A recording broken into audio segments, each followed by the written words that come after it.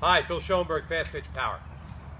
After watching the College World Series and the Super Regionals and the Regionals, some of my students, especially my advanced students, have asked, Coach Phil, why don't you focus more on teaching the rise ball? We've seen a number of pitchers using the rise ball, some successfully, some not so successfully, and you don't seem to be a big proponent of that pitch. That's the truth. I am a down in the zone kind of guy.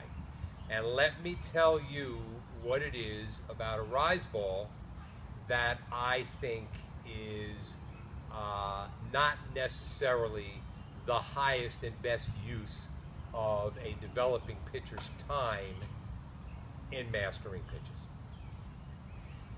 Physicists will tell you that a rise ball is impossible, that a human being cannot generate enough velocity, thrust, and spin to actually get a ball to rise.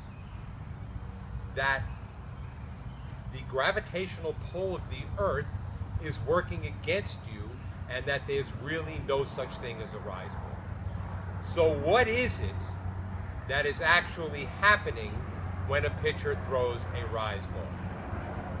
Obviously, there is a low to high component to this pitch.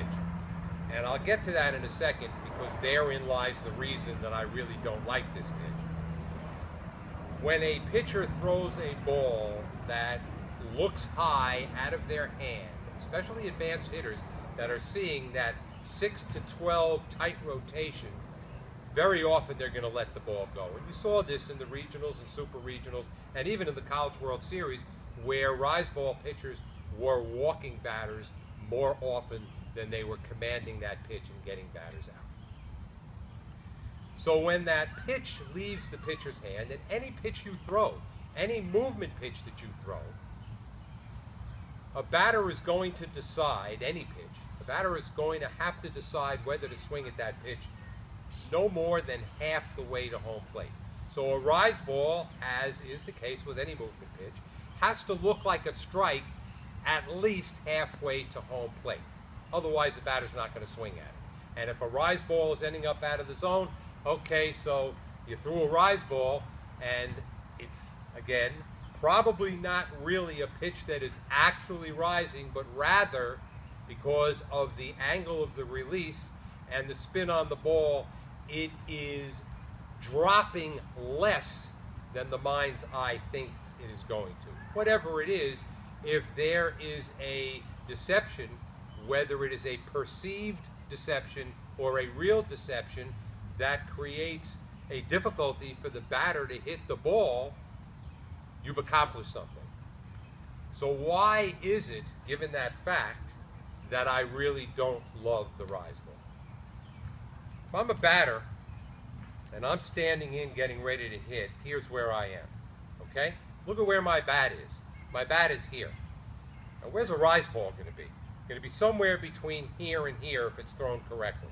First of all, I got to see it as a hitter as a strike out of the pitcher's hand and for at least half the distance to home plate.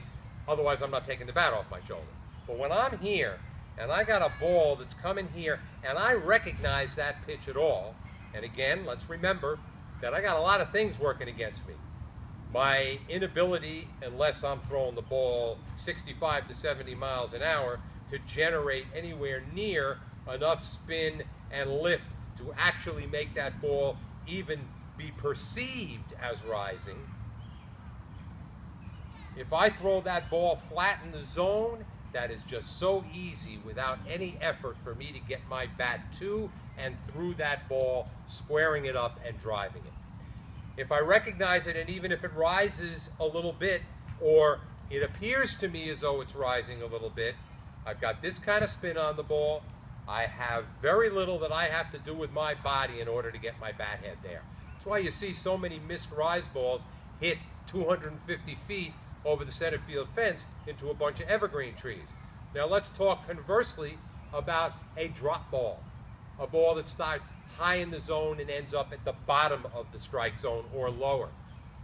Even if I recognize that as a hitter, I gotta get down to that ball to be able to drive it and to have that be an effective at-bat.